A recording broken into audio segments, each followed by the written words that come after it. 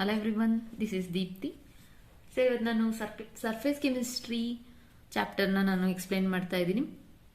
So ಒಂದು quick revision ಇದು. So unit 5 surface chemistry. So start ಮಾಡೋಣ. ಸೊ ಸರ್ಫೇಸ್ ಕೆಮಿಸ್ಟ್ರಿಯಲ್ಲಿ ಯಾವುದು ಇಂಪಾರ್ಟೆಂಟ್ ಕಾನ್ಸೆಪ್ಟ್ ಅನ್ನೋದು ಹೇಳ್ಕೊಂಡು ಹೋಗ್ತೀರಿ. ಸೊ ಸರ್ಫೇಸ್ ಕೆಮಿಸ್ಟ್ರಿ ಅಂದ್ರೆ ಮೊದಲು ಗೊತ್ತಿರಬೇಕು ನಿಮಗೆ, ಸರ್ಫೇಸ್ ಮೇಲೆ ಒಂದು ರಿಯಾಕ್ಷನ್ ಆಗೋದೇ surface chemistry. Surface chemistry deals with phenomenon that occur at the surface or interface ಅಂತ ಹೇಳ್ತಿರೋದು. ಒಂದು ಸರ್ಫೇಸ್ ಮೇಲೆ ಕೆಮಿಕಲ್ ರಿಯಾಕ್ಷನ್ ಆಗ್ತಿರೋದ್ರ ಬಗ್ಗೆ ಸ್ಟಡಿ ಮಾಡೋದೇ ಸರ್ಫೇಸ್ ಕೆಮಿಸ್ಟ್ರಿ. ಸೊ ಇದರಲ್ಲಿ ಏನೆಲ್ಲ ಇಂಪಾರ್ಟೆಂಟ್ ಪಾಯಿಂಟ್ಸ್ ಅಂತ ನೋಡ್ಕೊಂಡು ಹೋಗೋಣ. ಸೊ ಮೇನ್ ಆಗಿ ನಿಮಗೆ ಅಬ್ಸಾರ್ಪ್ಷನ್ ಅನ್ನೋದು ಬರುತ್ತೆ ಇಲ್ಲಿ ಕಾನ್ಸೆಪ್ಟ್. ಸೊ ಫಸ್ಟ್ ನೋಡಿ ಇಲ್ಲಿ ಅಡ್ಸಾರ್ಪ್ಷನ್. ಸೊ ಅಡ್ಸಾರ್ಪ್ಷನ್ ಅಂದ್ರೆ ಏನು ಮತ್ತೆ ಅಬ್ಸಾರ್ಪ್ಷನ್ ಅಂದ್ರೆ ಏನು ಅಂತ ಗೊತ್ತಿರ್ಬೇಕು ಇದರಲ್ಲಿ. ಸೊ ಅಡ್ಸಾರ್ಪ್ಷನ್ ಅಂತ ಅಂದ್ರೆ ಮಾಲಿಕ್ಯೂಲ್ಸ್ ಒಂದು ಮೆಟೀರಿಯಲ್ ಮೇಲೆ ಕುತ್ಕೊಂಡಿರುತ್ತೆ. ಅಬ್ಸಾರ್ಪ್ಷನ್ ಅಂತ ಅಂದ್ರೆ ಮಾಲಿಕ್ಯೂಲ್ಸ್ ಮೆಟೀರಿಯಲ್ ಒಳಗಡೆ ಎಂಟರ್ ಆಗುತ್ತೆ. ಇದು ಅಬ್ಸಾರ್ಪ್ಷನ್ ಎ ಬಿ ಇಂದ ಸ್ಟಾರ್ಟ್ ಆಗುತ್ತೆ, adsorption A D. So adsorption ಮತ್ತೆ ಅಬ್ಸಾರ್ಪ್ಷನ್ ಡಿಫರೆನ್ಸ್ ಗೊತ್ತಿರಬೇಕು. ಆ ಬೇಸಿಸ್ ಮೇಲೆ ನಿಮ್ಗೆ ಇಲ್ಲಿ ಕೊಟ್ಟಿದ್ದಾರೆ. ಸೊ ಆ ಬೇಸಿಸ್ ಮೇಲೆ ಕ್ವಶನ್ಸ್ ನಿಮಗೆ ಬರುತ್ತೆ. ಸೊ ಅಡ್ಸಾರ್ಪ್ಷನ್ ನೋಡಿ, the accumulation of molecular species at the surface rather than in the bulk of a solid or liquid is termed as adsorption. So ಅದಾದ್ಮೇಲೆ ಇದರಲ್ಲಿ ಕೆಲವೊಂದು ಟರ್ಮ್ಸ್ ಇದೆ, ಅಡ್ಸಾರ್ಬೇಟ್ ಅಂಡ್ ಅಡ್ಸಾರ್ಬೆಂಟ್. ಅಡ್ಸಾರ್ಬೇಟ್ ಅಂತ ಅಂದ್ರೆ ಸೊ ಮಾಲಿಕ್ಯೂಲ್ಸ್ ಏನ್ ಕೂತಿದೆ, ಸೊ ಅದು ಅಡ್ಸಾರ್ಬೇಟ್. ಆ ಮೆಟೀರಿಯಲ್ ನಾವು ಏನ್ ತಗೊಂಡಿರ್ತೀವಿ ಅದು ಅಡ್ಸಾರ್ಬೆಂಟ್. ಸೊ ನಿಮ್ಗೆ ಇದ್ರದ್ದು ಥಿಯರಿ ಪಾರ್ಟ್ ಬೇಕು ಅಂತಂದ್ರೆ ಸೊ ಸರ್ಫೇಸ್ ಕೆಮಿಸ್ಟ್ರಿ ಕಂಪ್ಲೀಟ್ ನಾನು ಚಾಪ್ಟರ್ನ ಕವರ್ ಮಾಡಿದ್ದೀನಿ, ಆ ವಿಡಿಯೋಸ್ನ ನೋಡಿ. ಡಿಸ್ಕ್ರಿಪ್ಷನ್ ಲಿಂಕ್ ಸಿಗುತ್ತೆ. ಸೊ ಅಡ್ಸಾರ್ಪ್ಷನ್ ಮತ್ತೆ ಅಡ್ಸಾರ್ಬೆಂಟ್ ಬಗ್ಗೆ ನಿಮಗೆ ಕಂಪ್ಲೀಟ್ ಇನ್ಫಾರ್ಮೇಶನ್ ಅದ್ರಲ್ಲಿ ಸಿಗುತ್ತೆ, ವಿತ್ ಎಕ್ಸಾಂಪಲ್ ಮತ್ತೆ ಎಕ್ಸ್ಪೆರಿಮೆಂಟ್ಸ್ ಕೂಡ ಮಾಡಿ ತೋರಿಸಿದ್ದೀನಿ. So next adsorption. ಸೊ ಇಲ್ಲಿ ಅಂಡರ್ಲೈನ್ ಮಾಡ್ಕೊಂಡಿದ್ದೀನಿ, ಇದು ಇಂಪಾರ್ಟೆಂಟ್ ಪಾಯಿಂಟ್ಸ್ ಇಲ್ಲಿ. Okay, adsorption is essentially A surface phenomena. Adsorption ಒಂದು ಸರ್ಫೇಸ್ ಫಿನಾಮಿನಾ. ಯಾಕಂತಂದ್ರೆ ಮಾಲಿಕ್ಯೂಲ್ಸ್ ಸರ್ಫೇಸ್ ಮೇಲೆ ಕುತ್ಕೊಂಡಿರುತ್ತೆ. ಸೊ ಹಾಗಾಗಿ ಇದನ್ನ ಸರ್ಫೇಸ್ ಫಿನಾಮಿನಾ ಅಂತ ಕರಿತೀವಿ.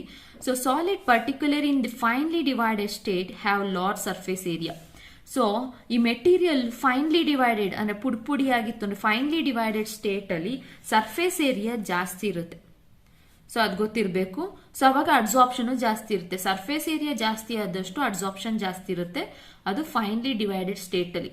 ಈ ಕೀ ಪಾಯಿಂಟ್ ಬರ್ದಿಟ್ಕೊಳ್ಳಿ. ಫೈನ್ಲಿ ಡಿವೈಡೆಡ್ ಸ್ಟೇಟ್ ಅಲ್ಲಿ ಸರ್ಫೇಸ್ ಏರಿಯಾ ಜಾಸ್ತಿ ಇರುತ್ತೆ, ಅಡ್ಸಾರ್ಪ್ಷನ್ ಜಾಸ್ತಿ ಆಗುತ್ತೆ. ಮತ್ತೆ ಇದ್ರ ಜೊತೆ ಇನ್ನೇನ್ ಕ್ವಶನ್ ಕೇಳ್ತಾರೆ ಅಂತ ಅಂದ್ರೆ ಎಕ್ಸಾಂಪಲ್ಸ್ ಕೇಳ್ತಾರೆ. ಸೊ ಇವಾಗ so they for charcoal, silica gel, aluminium gel, clay, colloids, metal or finely divided state etc. acts as a good adsorbent. So ಯಾವ್ದೆಲ್ಲ ಗುಡ್ ಅಡ್ಸಾರ್ಬೆಂಟ್ ಆಗಿ ಆಕ್ಟ್ ಮಾಡುತ್ತೆ ಅನ್ನೋ ಎಕ್ಸಾಂಪಲ್ ಇಲ್ಲಿ ಕೊಟ್ಟಿದ್ದಾರೆ. ಸೊ ಚಾರ್ಕೋಲ್ ಏನ್ ರೋಲ್, ಸಿಲಿಕಾ ಜೆಲ್, ಅಲ್ಯೂಮಿನಿಯಂ ಜೆಲ್ದು ಏನ್ role ಅಂತಾನು ನಿಮ್ಗೆ ನೆಕ್ಸ್ಟ್ ಕ್ವಶನ್ಸ್ ಬರುತ್ತೆ. ಸೊ ಇಲ್ಲಿ ನೋಡಿ action of so adsorption in action ಅಂತ ಕೊಟ್ಟಿದ್ದಾರೆ. ಸೊ ಇಲ್ಲಿ ಅದ್ರ ರೋಲ್ಸ್ ನಮ್ಗೆ ಗೊತ್ತಾಗುತ್ತೆ. ಸೊ ಇವಾಗ ಚಾರ್ಕೋಲ್ ಅಂಡರ್ಲೈನ್ ಮಾಡಿದೀವಿ. ಈ ಚಾರ್ಕೋಲ್ದು ಏನ್ ಪ್ರಾಪರ್ಟಿ ಅಂತಂದ್ರೆ ಸೊ ಇಲ್ಲಿ ಗ್ಯಾಸಸ್ ಕೊಟ್ಟಿದ್ದಾರೆ, ಆಕ್ಸಿಜನ್, ಹೈಡ್ರೋಜನ್, ಕಾರ್ಬನ್ ಮೊನಾಕ್ಸೈಡ್. ಈ ಗ್ಯಾಸಸ್ ನ ಅದ್ರ ಮೇಲೆ ಅದ್ರ ಸರ್ಫೇಸ್ ಮೇಲೆ ಅಡ್ಸಾರ್ಬ್ ಮಾಡ್ಕೊಳ್ಳುತ್ತೆ.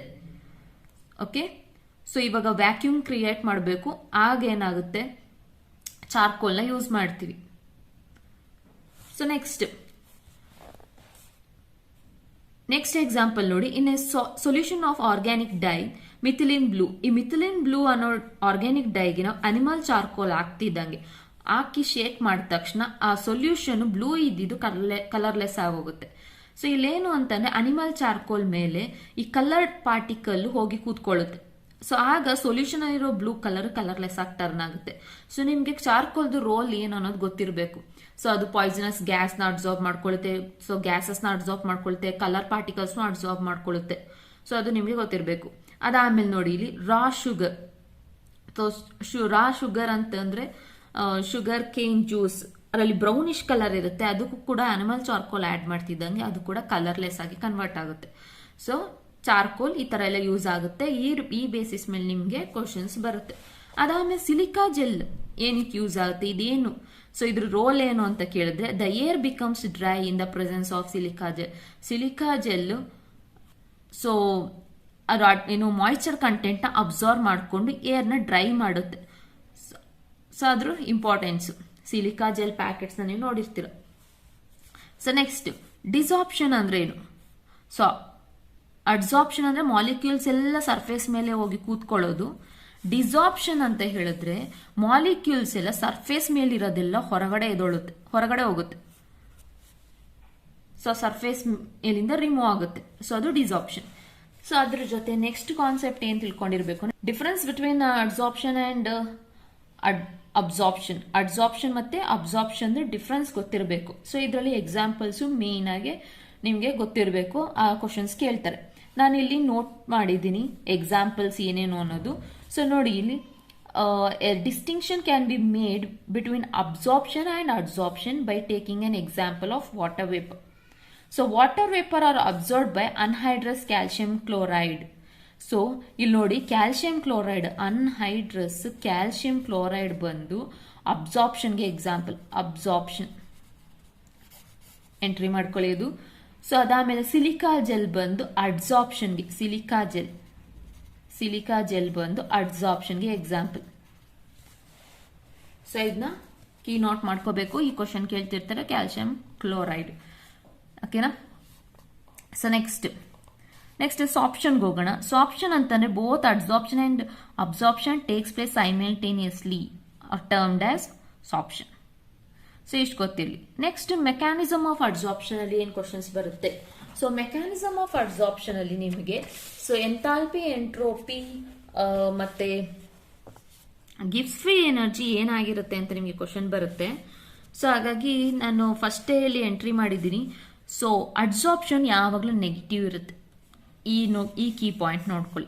ಸೊ ಅಡ್ಸಾರ್ಪ್ಷನ್ ನೆಗೆಟಿವ್ ಇರುತ್ತೆ. ಅದಾದ್ಮೇಲೆ ಎಂಥಾಲ್ಪಿ ಕೂಡ ನೆಗೆಟಿವ್. ಅದಾದ್ಮೇಲೆ ಡೆಲ್ಟಾ ಎಸ್ ಕೂಡ ನೆಗೆಟಿವ್. ಹಾಗೆ ಡೆಲ್ಟಾ ಜಿ ಕೂಡ ನೆಗೆಟಿವ್ ತೋರಿಸುತ್ತೆ. ಇದನ್ನ ಬರೆದಿಟ್ಕೊಳ್ಳಿ, ನೋಟ್ ಮಾಡ್ಕೊಳ್ಳಿ. ಸೊ ನೋಡಿ, delta S negative, delta H negative and delta ಜಿನೂ ನೆಗೆಟಿವ್ ತೋರಿಸುತ್ತೆ. ಸೊ ಇದನ್ನ ಬರೆದಿಟ್ಕೋಬೇಕು. Adsorption is negative.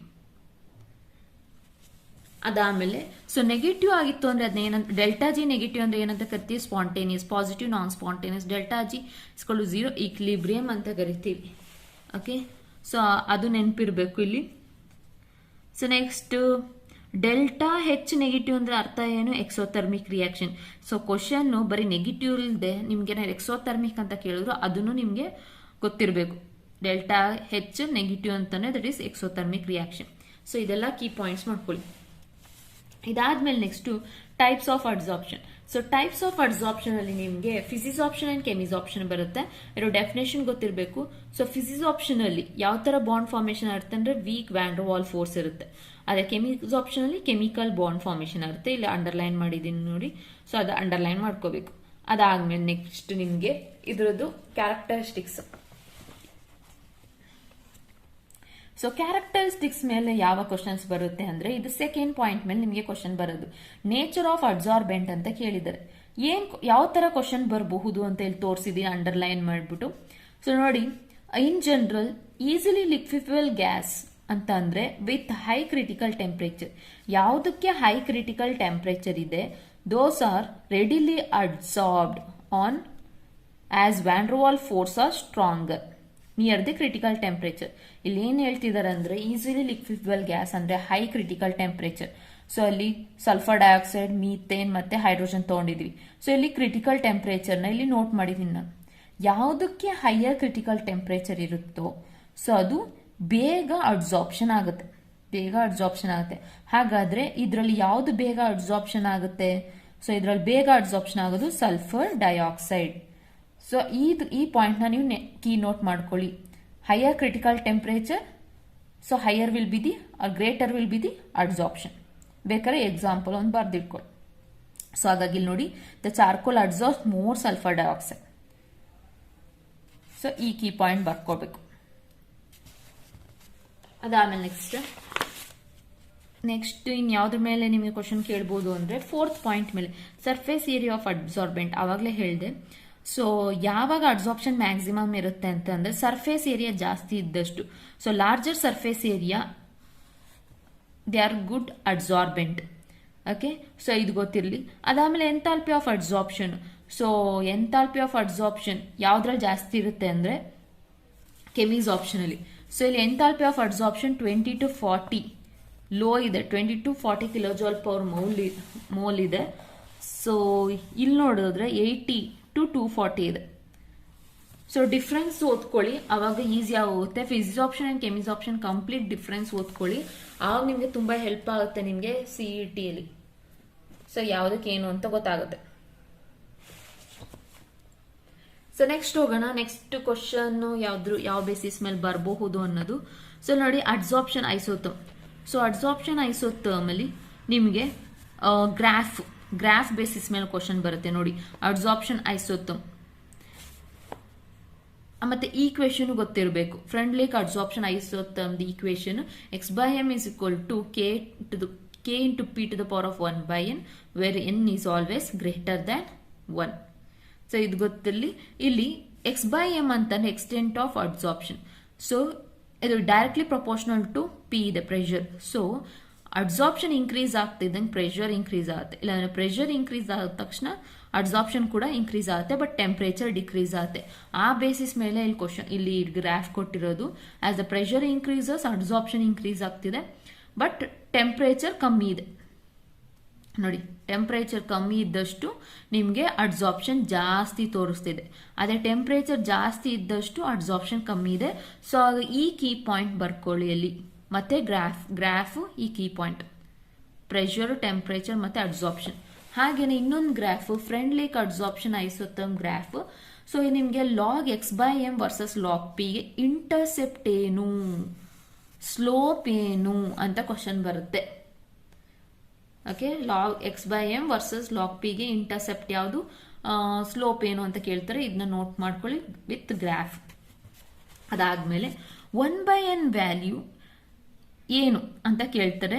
So 1/n can have a value between 0 and 1.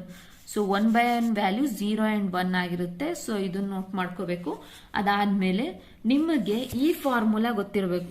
ಈ ಫಾರ್ಮುಲಾ ಗೊತ್ತಿತ್ತು ಅಂತಂದ್ರೆ 1/n ವ್ಯಾಲ್ಯೂ 0 ಹಾಕೊಂಡ್ರೆ ಏನಾಗುತ್ತೆ, 1/n ವ್ಯಾಲ್ಯೂಗೆ 1 ಹಾಕೊಂಡ್ರೆ ಏನಾಗುತ್ತೆ ಅನ್ನೋದು ನಿಮಗೆ ಕ್ವಶನ್ ಬರುತ್ತೆ. ಸೊ ಅದನ್ನ ನೆಕ್ಸ್ಟ್ ಶೀಟಲ್ಲಿ ತೋರಿಸ್ಕೊಡ್ತೀನಿ. When 1/n is equal to 0 ಅವಾಗ ಏನಾಗುತ್ತೆ, x/m ಇವಾಗ x/m is equal to k into p to the power of 1/n ಇದೆ. ಇದು 0 ಆಯಿತು. 1/n 0 ಆಗ್ತಿದ್ದಂಗೆ ಎನಿಥಿಂಗ್ ಪವರ್ 0 ಏನಾಯಿತು, 1 ಆಯಿತು. ಹೌದಾ, ಅವಾಗ ನಿಮಗೆ ಈಕ್ವೇಶನ್ x/m into k ಬರ್ತಾ ಇದೆ. ಸೊ ಹಾಗಾಗಿ x/m is equal to constant ಆಯಿತು. ಹಾಗೆ when 1/n is equal to 1 ಅವಾಗ ಏನು ಉಳ್ಕೊಳ್ಳುತ್ತೆ, x/m is equal to k into p. So ಅಂದರೆ x/m is directly proportional to pressure. So ಈ ಪಾಯಿಂಟ್ಸು ನೋಟ್ ಮಾಡ್ಕೋಬೇಕು. 1/n ಇದ್ದಾಗ 0 ಆದಾಗ ಏನಾಯಿತು, 1 ಆದಾಗ ಏನಾಗುತ್ತೆ ಅನ್ನೋದು. ಸೊ ಹಾಗೇನೆ ಪ್ರೆಷರ್ ವೇರಿಯೇಷನ್ ಅಲ್ಲಿ ಹೇಳಿದ್ದೆ. ಹಾಗೆ ನಿಮಗೆ x/m is equal to concentration variation ಅಲ್ಲಿ ನಿಮಗೆ ಈಕ್ವೇಶನ್ ನೋಡಿ ಹಿಂಗಿದೆ. ಸೊ ಪ್ರೆಷರ್ ಬದಲು ನೀವು ಸಿ ಅಂತ ತಗೊಂಡಿದ್ದೀವಿ. ಸೊ ಅಷ್ಟೇ ವೇರಿಯೇಷನ್ ಇದರಲ್ಲಿ. ಸೊ ನೆಕ್ಸ್ಟ್ ಅಪ್ಲಿಕೇಶನ್ಗೆ ಹೋಗೋಣ. ಅಪ್ಲಿಕೇಶನ್ ಆಫ್ ಅಡ್ಸಾರ್ಪ್ಷನ್ ಇದು ತಿಳ್ಕೊಂಡಿರ್ಬೇಕು. ಯಾಕೆ ಅಂತಂದ್ರೆ ಸೊ ಅಲ್ಲಿ ಕ್ವಶನ್ ಹತ್ರ ಬರುತ್ತೆ. ಸೊ ಚಾರ್ಕೋಲ್ ಏನಕ್ಕೆ ಯೂಸ್ ಮಾಡ್ತಾರೆ, ವಾಟ್ ಇಸ್ ದಿ ರೋಲ್ ಅಂತ ಕೇಳಿರ್ತಾರೆ. ಸೊ ಅದ್ರ ಆಪ್ಷನ್ ಬೇರೆ ಬೇರೆ ತರ ಇರುತ್ತೆ. ಸೊ ಚಾರ್ಕೋಲ್ ಇಂದ ಹೈ ವ್ಯಾಕ್ಯೂಮ್ ಕ್ರಿಯೇಟ್ ಮಾಡ್ಬೋದು. ಅದಾದ್ಮೇಲೆ ಸೊ ಅನಿಮಲ್ ಚಾರ್ಕೋಲ್ಗೆ ಇನ್ನೇನಕ್ಕೆ ಯೂಸ್ ಆಗುತ್ತೆ ಅಂದ್ರೆ ಪಾಯ್ಸನಸ್ ಗ್ಯಾಸ್ನ ಅಡ್ಸಾರ್ಪ್ಷನ್ ಮಾಡ್ಕೊಳ್ಳೋಕ್ಕೆ ಗ್ಯಾಸ್ ಮಾಸ್ಕ್ ಅಲ್ಲಿ ಯೂಸ್ ಆಗುತ್ತೆ. So charcoal, activated charcoal is used in gas mask to adsorb poisonous gas. ಇದು ಗೊತ್ತಿರಲಿ. ಮತ್ತೆ ಸಿಲಿಕಾನ್ ಅಲ್ಯೂಮಿನಿಯಂ ಜೆಲ್ ಏನಕ್ಕೆ ಯೂಸ್ ಆಗುತ್ತೆ ಅಂದ್ರೆ removing moisture and controlling humidity. ಇದು ನೋಟ್ ಮಾಡ್ಕೊಳ್ಳಿ. ಅದಾದ್ಮೇಲೆ animal charcoal use for removal of colouring matter. ಈ ತರ ಡಿಫ್ರೆಂಟ್ ಫಾರ್ಮ್ ಅಲ್ಲಿ ಯೂಸ್ ಆಗುತ್ತೆ. ಅದರಲ್ಲಿ ನಾವು ಅವಾಗವಾಗ ಕೇಳ್ತಿರೋ ಕ್ವಶನ್ಸ್ ನ ಇಲ್ಲಿ ಅಂಡರ್ಲೈನ್ ಮಾಡಿದೀನಿ. ಇನ್ನು ಅಡ್ಸಾರ್ಪ್ಷನ್ ಎಲ್ಲಿ ಯೂಸ್ ಆಗುತ್ತೆ ಅಂದ್ರೆ ಹೆಟೆರೋಜಿನಿಯಸ್ ಕೆಟಾಲಿಸಿಸ್ ಅಲ್ಲಿ. ಅದಾದ್ಮೇಲೆ ಸಪರೇಷನ್ ಆಫ್ ಇನರ್ಟ್ ಗ್ಯಾಸ್ ಅಲ್ಲಿ ಯೂಸ್ ಆಗುತ್ತೆ ಅಡ್ಸಾರ್ಪ್ಷನ್. ಮತ್ತೆ ಕ್ಯೂರಿಂಗ್ ಡಿಸೀಸ್ ಅಲ್ಲೂ ಅಡ್ಸಾರ್ಪ್ಷನ್ ಯೂಸ್ ಆಗುತ್ತೆ. ಫ್ಲೋಟೇಷನ್ ಪ್ರೋಸೆಸ್ ಅಲ್ಲೂ ಅಡ್ಸಾರ್ಪ್ಷನ್ ಯೂಸ್ ಆಗುತ್ತೆ. ಅದಾದ್ಮೇಲೆ ನೆಕ್ಸ್ಟ್ ಇನ್ನೊಂದು ಪಾಯಿಂಟ್ ನೋಡಿ, silver halide adsorption indicator. Surface of certain precipitates such as silver halide have the property of absorbing some dyes like eosin so ಇದನ್ನ note ಮಾಡ್ಕೊಳ್ಳಿ. ಈ silver halide ಎಲ್ಲಿ use ಆಗುತ್ತೆ ಅಂತ ಕೇಳ್ತಾರೆ. ಸೊ ಡೈಸ್ ಅಲ್ಲಿ ಗೊತ್ತಿರಲಿ, ಹಾಗಾಗಿ ಇದು ಅಂಡರ್ಲೈನ್ ಮಾಡ್ಕೊಟ್ಟಿವಿ. ಇನ್ನು ಅಡ್ಸಾರ್ಪ್ಷನ್ ಎಲ್ಲಿ ಯೂಸ್ ಆಗುತ್ತೆ? ಕ್ರೋಮಟೋಗ್ರಾಫಿಕ್ ಅನಾಲಿಸಿಸ್ ಅಲ್ಲಿ ಯೂಸ್ ಆಗುತ್ತೆ. ನಾನು ಅಂಡರ್ಲೈನ್ ಮಾಡಿರೋದು ತುಂಬಾನೇ ಇಂಪಾರ್ಟೆಂಟ್, ಅದನ್ನ ಕೀ ಪಾಯಿಂಟ್ ಮಾಡ್ಕೊಳ್ಳಿ. ನೆಕ್ಸ್ಟ್ ಕ್ಯಾಟಾಲಿಸಿಸ್. ಸೊ ಈ ಸಲ ಕ್ಯಾಟಾಲಿಸಿಸ್ ನ ರಿಮೂವ್ ಮಾಡಿದ್ದಾರೆ. ಸೊ ಹಾಗೆ ನೆಕ್ಸ್ಟ್ ಹೋಗೋಣ. ನೆಕ್ಸ್ಟ್ ಶೇಪ್ ಸೆಲೆಕ್ಟಿವ್ ಕ್ಯಾಟಾಲಿಸಿಸ್ ಬಗ್ಗೆ ಓದ್ಕೊಳ್ಳಿ. ಶೇಪ್ ಸೆಲೆಕ್ಟಿವ್ ಕ್ಯಾಟಾಲಿಸಿಸ್ ಡೆಫಿನೇಷನ್ ಗೊತ್ತಿರಲಿ. ಯಾವ್ದ್ರ ಮೇಲೆ ಡಿಪೆಂಡ್ ಆಗಿರುತ್ತೆ? ಅದು pore structure and size. Pore structure of catalyst and size of reactant and product ಇದೇ ಆಪ್ಷನ್ ಅಲ್ಲಿ ಬಂದ್ಬಿಟ್ಟಿರುತ್ತೆ. ಅದಾದ್ಮೇಲೆ ಜಿಯೋಲೈಟ್ಸ್ ಯಾವ ತರ ಇರುತ್ತೆ ಸ್ಟ್ರಕ್ಚರ್ ಅಂದ್ರೆ ಹನಿಕೋಮ್ ಲೈಕ್ ಸ್ಟ್ರಕ್ಚರ್ ಇರುತ್ತೆ. ಮತ್ತೆ ಸೊ ಹೇಗೆ ಫಾರ್ಮೇಶನ್ ಆಗುತ್ತೆ ಅಂದ್ರೆ aluminosilicate with 3 dimension network ಈ ತರ ಇರುತ್ತೆ. ALOSI ಫ್ರೇಮ್ವರ್ಕ್ ಇದು ಗೊತ್ತಿರಲಿ. ಮತ್ತೆ zeolites are been widely used as a catalyst in petroleum industry, ಅದು ಅಂಡರ್ಲೈನ್ ಮಾಡ್ಕೋಬೇಕು. ಮತ್ತೆ ZSM5 ಇದೇನ್ ಮಾಡುತ್ತೆ ಅನ್ನೋದು ಗೊತ್ತಿರಬೇಕು. It converts alcohol into gasoline. ಇಷ್ಟು ನೋಟ್ ಮಾಡ್ಕೊಳ್ಳಿ. ನೆಕ್ಸ್ಟ್ ಎನ್ಸೈಮ್ ಕ್ಯಾಟಾಲಿಸಿಸ್ ಕೂಡ ಇಲ್ಲ ನಿಮ್ಗೆ ಈ ಸಲ. ಇನ್ನು ನೆಕ್ಸ್ಟ್ ಕೊಲೈಡ್ಸ್ ಹೋಗೋಣ. ಸೊ ಕೊಲೈಡ್ಸ್ ಅಂದ್ರೆ ಏನು? ಸೊ 1 to 1000 ನ್ಯಾನೋಮೀಟರ್ ರೇಂಜ್ ಅಲ್ಲಿ ಪಾರ್ಟಿಕಲ್ಸ್ ಇತ್ತು ಅಂದ್ರೆ their range of diameter is between 1 to 1000 nanometre ಹೀಗಿತ್ತು ಅಂತಂದ್ರೆ ಅದನ್ನ ಕೊಲೈಡ್ಸ್ ಅಂತ ಕರಿತೀವಿ. ಸೊ ಬಿಲೋ 1 ನ್ಯಾನೋಮೀಟರ್ ಇತ್ತು ಅಂದ್ರೆ ಟ್ರೂ ಸೊಲ್ಯೂಷನ್. ಎಬೋ 1000 ನ್ಯಾನೋಮೀಟರ್ ಅಂದ್ರೆ ಪ್ರಿಸಿಪಿಟೇಟ್ ಫಾರ್ಮೇಶನ್ ಆಗುತ್ತೆ. ಓಕೆನಾ? ಏನಿದ್ರು ಇದೆರಡರ ಮಧ್ಯ ರೇಂಜ್ 1 to 1000 ನ್ಯಾನೋಮೀಟರ್ ಮಧ್ಯೆ ಏನಾದ್ರು ಪಾರ್ಟಿಕಲ್ಸ್ ಬಂತು ಅಂದ್ರೆ ಅದನ್ನ ಕೊಲೈಡ್ಸ್ ಅಂತ ಕರಿತೀವಿ. ಸೊ ಇದರಲ್ಲಿ ಕ್ಲಾಸಿಫಿಕೇಶನ್. ಸೊ ಕ್ಲಾಸಿಫಿಕೇಶನ್ ನಿಮ್ಗೆ ಕ್ವಶನ್ ಬರೋದು. ಸೊ ನೋಡಿ, classification based on physical state of dispersed phase and dispersion medium. So question dispersed phase solid, dispersion medium ಅಲ್ಲಿ ಸಾಲಿಡ್ ಇದ್ದಾಗ ಆ ಕೊಲೈಡ್ ಹೆಸರೇನು ಅಂತ ಕೇಳ್ತಾರೆ. ಮತ್ತೆ ಅದಕ್ಕೆ ಎಕ್ಸಾಂಪಲ್ ಯಾವುದು ಅಂತಾರು ಕೇಳ್ಬೋದು. ಈಗ so dispersed phase liquid, dispersion medium is solid, what type of colloid is this ಅಂತ ಕೇಳಿದ್ರೆ ಇದು ಜೆಲ್. ಸೊ ಯಾವುದು? Cheese, butter, jellies. ಸೊ ಇದನ್ನ ನೀವು ನೀಟಾಗಿ ಓದ್ಕೋಬೇಕು ಯಾವ್ದಕ್ಕೆ ಬರುತ್ತೆ ಅಂತ. ಸೊ ಇದರಲ್ಲಿ ಜೆಲ್ಸ್, ಎಮಲ್ಷನ್ ಮತ್ತೆ ಸಾಲ್ ಯೂಶುವಲಿ ಕೇಳ್ತಾ ಇರ್ತಾರೆ. ಸಾಲ್, ಜೆಲ್, ಎಮಲ್ಷನ್ ಮೇಲೆ. ಸೊ ಹಾಗಾಗಿ ಇದನ್ನ ನೋಡ್ಕೊಳ್ಳಿ.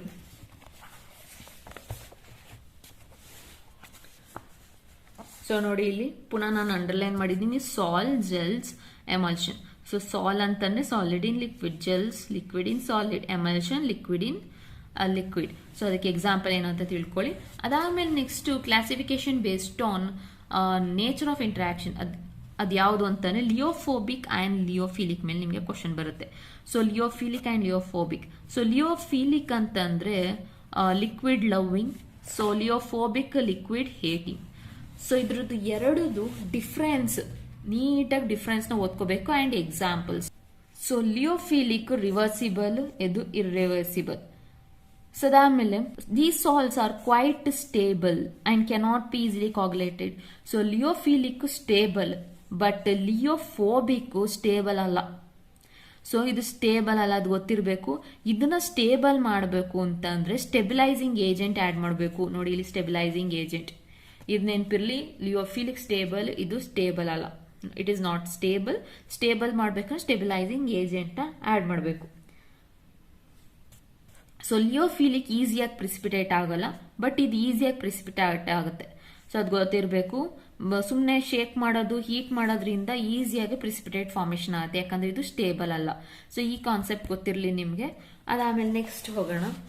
So next multi molecular, macro molecular colloids ಬಗ್ಗೆ.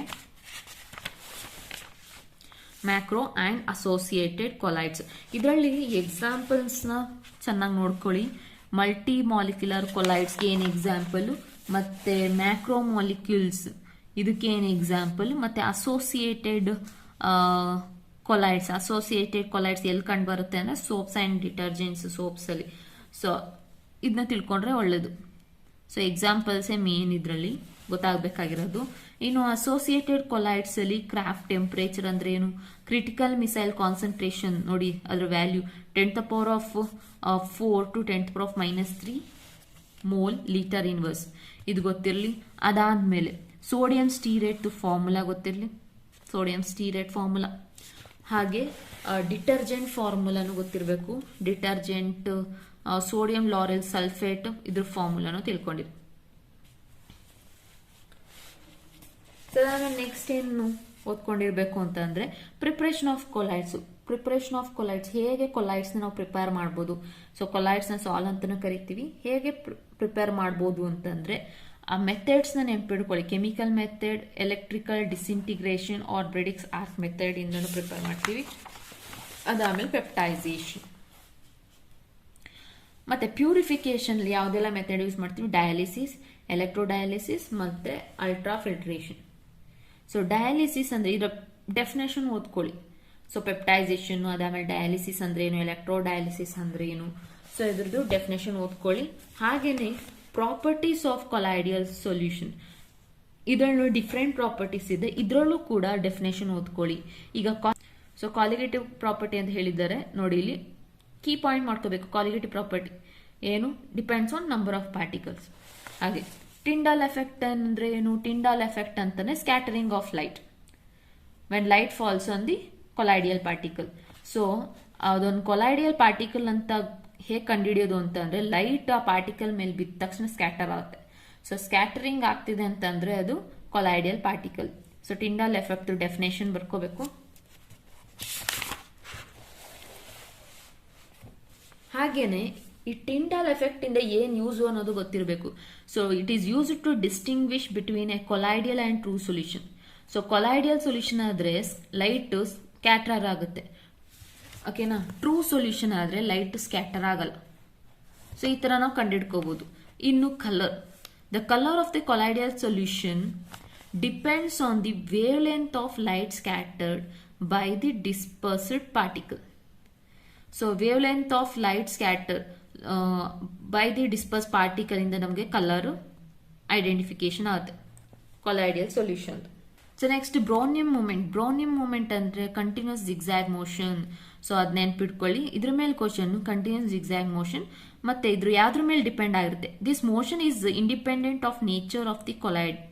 ಸೊ ನೇಚರ್ ಆಫ್ ಕೊಲೈಡ್ಸ್ ಮೇಲೆ ಡಿಪೆಂಡ್ ಆಗಿರಲ್ಲ, ಬಟ್ ಇಟ್ ಡಿಪೆಂಡ್ಸ್ ಆನ್ ಯಾವ್ದ್ರ ಮೇಲೆ ಡಿಪೆಂಡ್ ಆಗಿರುತ್ತೆ ಬ್ರೌನಿಯಂ ಮೂಮೆಂಟ್ ಅಂದ್ರೆ depends on the size of particle and viscosity. Size of particle and viscosity ಇದನ್ನ key note ಮಾಡ್ಕೊಳ್ಳಿ. So size ತುಂಬಾ ಚಿಕ್ಕದಾಗಿತ್ತು ಅಂದ್ರೆ ಫಾಸ್ಟ್ ಆಗಿ ಮೂವ್ಮೆಂಟ್ ಆಗುತ್ತೆ. Smaller the size and lesser the viscosity. ವಿಸ್ಕಾಸಿಟಿನೂ ಕಮ್ಮಿ ಇರಬೇಕು, ಸೈಜು ಕಮ್ಮಿ ಇದ್ದಾಗ ಏನು ಬ್ರೌನಿಯಂ ಮೂಮೆಂಟ್ ಅಂದ್ರೆ ಮೋಷನ್, ಜಿಗ್ಜಾಗ್ ಮೋಷನ್ ಫಾಸ್ಟ್ ಆಗುತ್ತೆ. ಓಕೆ, ಸೊ ಇದು ಈ ಕೀ ಪಾಯಿಂಟ್ ಬರ್ಕೊಳ್ಳಿ. ಹಾಗೆ ಇನ್ನೊಂದು ಕೀ ಪಾಯಿಂಟ್ ಬ್ರೌನಿಯಂ ಮೂಮೆಂಟ್ ಅಲ್ಲಿ, the Brownian movement has been explained to be due to the unbalanced bombardment of the particle by the molecule of the dispersion medium. So ಇದು ಹೇಗೆ explain ಮಾಡೋರು ಅಂತಂದ್ರೆ unbalance bombardment of the particle. So balance ಅಲ್ಲ, unbalance bombardment the particle by molecule of dispersion medium. So ಇದನ್ನು note ಮಾಡ್ಕೊಳ್ಳಿ. Charge on colloidal particles. So colloidal particles ಮೇಲೆ ನಿಮಗೆ ಯಾವಾಗಲೂ ಚಾರ್ಜಸ್ ಇರುತ್ತೆ. ಸೊ ಅದು ಪಾಸಿಟಿವ್ ಆರ್ ಆಗಿರ್ಬೋದು, ನೆಗೆಟಿವ್ ಆರ್ ಆಗಿರ್ಬೋದು. ನಿಮ್ಗೆ ಒಂದು ಲೀಸ್ಟ್ ಕೊಟ್ಟವ್ರೆ ಪಾಸಿಟಿವ್ ಯಾವುದು ನೆಗೆಟಿವ್ ಯಾವುದು ಅಂತ, ಇದನ್ನ ಸ್ವಲ್ಪ ನೋಡ್ಕೊಳ್ಳಿ, ಇದು ಯೂಸ್ ಆಗುತ್ತೆ ನಿಮಗೆ. So positive and negative colloidal charges. So ಇದು ಗೊತ್ತಿತ್ತು ಅಂದ್ರೆ ಈ ಬೇಸಿಸ್ ಮೇಲೆ ಕ್ವಶನ್ ಬರುತ್ತೆ. ಸೊ ನೋಡಿ ಹೇಗೆ ಒಂದು ಕೊಲೈಡಿಯಲ್ ಪಾರ್ಟಿಕಲ್ಸ್ ಚಾರ್ಜಸ್ ನ ತಗೊಳುತ್ತೆ. Preferential absorption of ion is the most accepted reason. So ಇಲ್ಲಿ ಫಾರ್ ಎಕ್ಸಾಂಪಲ್ಸ್ ಒಂದಷ್ಟು ಕೊಟ್ಟಿದ್ದಾರೆ. ಎಕ್ಸಾಂಪಲ್ ನೋಡೋಣ. When silver nitrate solution is added to potassium iodide ಅಂತ ಹೇಳಿದ್ದಾರೆ. ಈಗ ಸಿಲ್ವರ್ ನೈಟ್ರೇಟ್ ತಗೊಂಡಿದ್ದೀನಿ, ಹಾಗೆ potassium iodide. Silver nitrate solution ನ ಪೊಟ್ಯಾಷಿಯಂ ಅಯೋಡೈಡ್ಗೆ ಆಡ್ ಮಾಡ್ತಾ ಇದ್ದೀವಿ. ಆಡ್ ಮಾಡಿದಾಗ ನಂಗೆ ಪ್ರಾಡಕ್ಟ್ ಬರೋದೇನು, ಸಿಲ್ವರ್ ಅಯೋಡೈಡ್ ಪ್ರಾಡಕ್ಟ್ ಬರುತ್ತೆ, ಹೌದಾ. ಇದನ್ನ ಇದಕ್ಕೆ ಆಡ್ ಮಾಡಿದಾಗ ಈ ತರ ಪ್ರಾಡಕ್ಟ್ ಬರುತ್ತೆ. ಇದು ಪ್ರಿಸಿಪಿಟೇಟ್ ಆಗಿರುತ್ತೆ, AgI. ಓಕೆ, ಪ್ರಿಸಿಪಿಟೇಟ್ ಆಯ್ತು. ಇನ್ನು ಈ ಸೊಲ್ಯೂಷನ್ ಅಲ್ಲಿ ಏನಿದೆ, ಸೊ AgNO3 ಇದ್ರೊಳಗಡೆ ಹಾಕಿದ್ವಿ, ಆವಾಗ AgI ಆಯಿತು. ಇನ್ನೇನು ಮಿಕ್ಕಿದೆ? ಸೊ ಆ ಸೊಲ್ಯೂಷನ್ ಏನು ಮಿಕ್ಕಿದೆ? ಪೊಟ್ಯಾಷಿಯಮು NO3 ಮೈನಸ್, ಅದಾದ್ರ ಜೊತೆ ಇನ್ನೇನು ಮಿಕ್ಕಿದೆ? ಎಕ್ಸೆಸ್ ಆಫ್ ಅಯೋಡಿನ್ ಮಿಕ್ಕಿದೆ. ಅದಾದಮೇಲೆ ಸೊ ಅಯೋಡಿನ್ ಕೂಡ ಮಿಕ್ಕಿದೆ. ಸೊ ಅಂದರೆ AgNO3ನ ಪೊಟ್ಯಾಷಿಯಂ ಅಯೋಡೈಡ್ಗೆ ಹಾಕಿರ್ತಾರೆ. So excess of potassium iodide ತೊಗೊಂಡಿರ್ತೀವಿ, ಇದಕ್ಕೆ ಆ್ಯಡ್ ಮಾಡಿದ ತಕ್ಷಣ AgI ಪ್ರಿಸಿಪಿಟೇಟ್ ಆಗುತ್ತೆ. ಆದಮೇಲೆ ಸೊಲ್ಯೂಷನಲ್ಲಿ ನಿಮಗೆ ಈ ಥರ ಅಯಾನ್ಸ್ ಉಳ್ಕೊಂಡಿದೆ. ಈ ಥರ ಅಯಾನ್ಸ್ ಉಳ್ಕೊಂಡಿರೋದು ಯಾವುದೋಗಿ ಇಲ್ಲಿ ಬೈಂಡಿಂಗ್ ಆಗುತ್ತೆ ಅಂತಂದರೆ ಪ್ರಿಫರೆನ್ಷಿಯಲ್ ಅಬ್ಸಾರ್ಪ್ಷನ್ ಅಂತ ಅಂದರೆ ಕಾಮನ್ ಅಯಾನ್. ಸೊ ನೋಡಿ, preferential absorption of the ion common to the colloidal particle. So ಈ ಮೂರಲ್ಲಿ ಯಾವುದು ಹೋಗಿ ಇಲ್ಲಿ ಅಬ್ಸಾರ್ಪ್ಷನ್ ಆಗುತ್ತೆ ಅಂದ್ರೆ ಕಾಮನ್ ಅಯಾನ್. ಸೊ ಈ ಪ್ರಿಸಿಪಿಟೇಟ್ ಅಲ್ಲಿ AgI ಅಲ್ಲಿರೋ ಕಾಮನ್ ಅಯಾನ್ ಯಾವ್ದಿದೆ ಅದು ಹೋಗುತ್ತೆ. ಸೊ ಇವಾಗ ಇಲ್ಲಿರೋ ಸೊಲ್ಯೂಷನ್ ಅಲ್ಲಿ ಏನ್ ರಿಮೈನಿಂಗ್, ಇದಕ್ಕೆ ಕಾಮನ್ ಇರೋದು ಯಾವುದು? ಅಯೋಡಿನ್ ಒಂದೇ. ಸೊ ಹಾಗಾಗಿ ಅಯೋಡಿನ್ ಹೋಗಿ ಇದ್ರ ಸುತ್ತ ಹೋಗಿ ಬೈಂಡಿಂಗ್ ಆಗುತ್ತೆ. ಸೊ ಆಗ ಈ ಪಾರ್ಟಿಕಲ್ಗೆ ಚಾರ್ಜ್ ಏನಾಯ್ತು? ಮೈನಸ್ ಆಯ್ತು. ಸೊ ಹಾಗಾಗಿ ಪಾರ್ಟಿಕಲ್ ಚಾರ್ಜು ಮೈನಸ್ ಬರುತ್ತೆ. ಅಕಸ್ಮಾತ್ ಈ ಸೊಲ್ಯೂಷನ್ ಅಲ್ಲಿ AgNO3 ಎಕ್ಸಸ್ ಇತ್ತು, ಅವಾಗ Ag ಪ್ಲಸ್ ಇತ್ತು ಅಂತಂದ್ರೆ ಆಗೇನಾಗುತ್ತೆ? Ag ಹೋಗಿ ಬಾಂಡ್ ಆಗುತ್ತೆ. ಸೊ ಅವಾಗ ಪಾಸಿಟಿವ್ ಚಾರ್ಜ್ ಬರುತ್ತೆ. ಸೊ ಹೀಗೆ preferential absorption of the ion common to the colloidal particle. ಈ ಕೊಲಾಯ್ಡಿಯಲ್ ಪಾರ್ಟಿಕಲ್ಗೆ ಕಾಮನ್ ಆಗಿರೋ ಅಯಾನೇ ಬಂದು ಬಾಂಡಿಂಗ್ ಆಗಿ ಚಾರ್ಜಸ್ ಕೊಡುತ್ತೆ. ಸೊ ಹಾಗಾಗಿ ಕೊಲಾಯ್ಡಿಯಲ್ ಪಾರ್ಟಿಕಲ್ಗೆ ಪಾಸಿಟಿವ್ ಆರ್ ನೆಗೆಟಿವ್ ಚಾರ್ಜಸ್ ಇರುತ್ತೆ. So next Helmholtz electrical double layer ಅಂತ ಹೇಳಿದ್ದೀನಿ.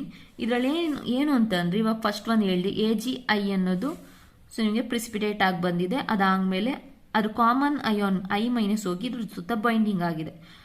ಬೈಂಡಿಂಗ್ ಆದಮೇಲೆ ಸೊಲ್ಯೂಷನಲ್ಲಿ ಇನ್ನೂ ರಿಮೈನಿಂಗ್ ಅಯಾನ್ಸ್ ಇರುತ್ತೆ. ಅಪೋಸಿಟ್ ಚಾರ್ಜ್, ಇದು ನೆಗೆಟಿವ್, ಇದಕ್ಕೆ ಅಪೋಸಿಟ್ ಚಾರ್ಜ್ ತಾನೇ ಅಟ್ರಾಕ್ಟ್ ಆಗೋದು. ಸೊ ಪೊಟ್ಯಾಷಿಯಮ್ ಸೊಲ್ಯೂಷನ್ ಇರೋದು ನೆಕ್ಸ್ಟ್ ಲೇಯರ್ ಅಲ್ಲಿ ಹೋಗಿ ಕೂತ್ಕೊಳ್ಳುತ್ತೆ. ಓಕೆನಾ? ಇವಾಗ AgI ಇದ್ರ ಸುತ್ತ I ಮೈನಸ್ ಕೂತ್ಕೊಳ್ತು, ಅದ್ರ ಸುತ್ತ I ಪಕ್ಕ ಪೊಟ್ಯಾಷಿಯಂ ಹೋಗಿ ಬೈಂಡಿಂಗ್ ಆಗುತ್ತೆ. ಅಂದರೆ ಸ್ಟ್ರಾಂಗ್ ಬೈಂಡಿಂಗ್ ಅಲ್ಲ, ಸೊ ಹಾಗೆ ಹೋಗಿ ಬೈಂಡಿಂಗ್ ಆಗಿರುತ್ತೆ. ಅದನ್ನ ಹೆಲ್ಮೋಟ್ಸ್ ಎಲೆಕ್ಟ್ರಿಕಲ್ ಡಬಲ್ ಲೇಯರ್ ಅಂತ ಕರಿತೀವಿ. ಅದರಲ್ಲಿ the first layer of ion is firmly held and it is termed as fixed layer. First ಲೇಯರ್ನ ಫಿಕ್ಸ್ಡ್ ಲೇಯರ್ ಅಂತ ಕರೀತಾರೆ, ಸೆಕೆಂಡ್ ಲೇಯರ್ನ ಮೊಬೈಲ್ ಲೇಯರ್ ಅಂತ ಕರೀತಾರೆ. ಸೊ ಅದೆರಡು ಲೇಯರ್ ಮಧ್ಯೆ ಪೊಟೆನ್ಷಿಯಲ್ ಡೆವಲಪ್ ಆಗುತ್ತೆ.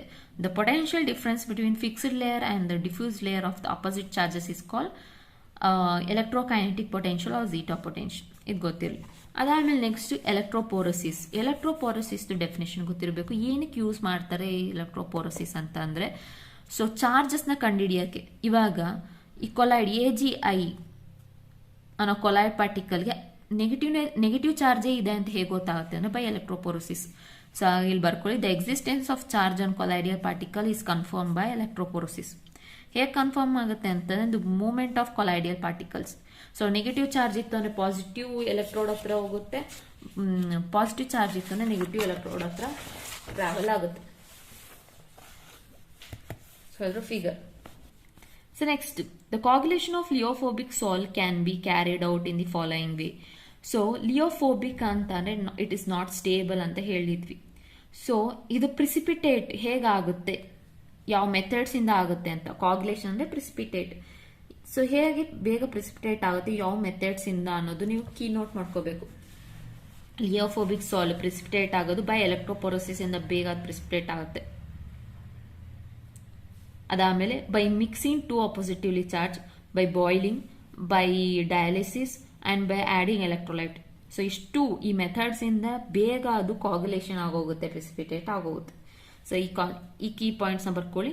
ಅದ್ರ ಜೊತೆ ಇಲ್ಲೊಂದು ಕೀ ಪಾಯಿಂಟ್ ಬರೆದಿದ್ದೀನಿ, ಇದನ್ನು ಎಂಟ್ರಿ ಮಾಡ್ಕೋಬೇಕು. ಇದ್ರ ಮೇಲೆ ಕ್ವಶನ್ಸ್ ಸುಮಾರು ಸರಿ ಬಂದಿದೆ. Flocculation value is inversely proportional to coagulating power.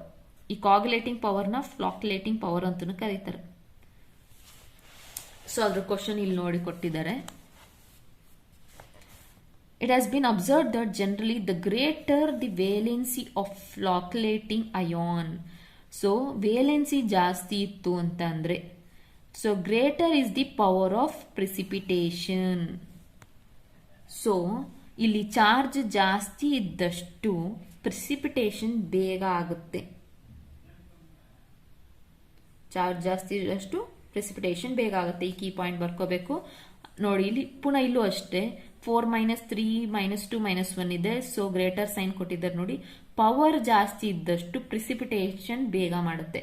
ಈ ಬೇಸಿಸ್ ಮೇಲೆ ನಿಮಗೆ ಕ್ವಶನ್ ಇರುತ್ತೆ. ಅದಾದ್ಮೇಲೆ ನೆಕ್ಸ್ಟ್ ಹೋಗೋಣ. ನೆಕ್ಸ್ಟ್ ಯಾವ್ದ್ರ ಮೇಲೆ ಕ್ವಶನ್ ಇರುತ್ತೆ ಅಂದ್ರೆ ಕಾಗುಲೇಷನ್ ಆಫ್ ಲಿಯೋಫಿಲಿಕ್ ಸಾಲ್. ಸೊ ಇವಾಗ ತಾನೇ ಪ್ರಿಸಿಪಿಟೇಷನ್ ಆಫ್ ಲಿಯೋಫೋಬಿಕ್ ನೋಡಿದ್ರೆ, ಇವಾಗ ಲಿಯೋಫಿಲಿಕ್ ಅಂದ್ರೆ ಇದು ಸ್ಟೇಬಲ್ ಒನ್.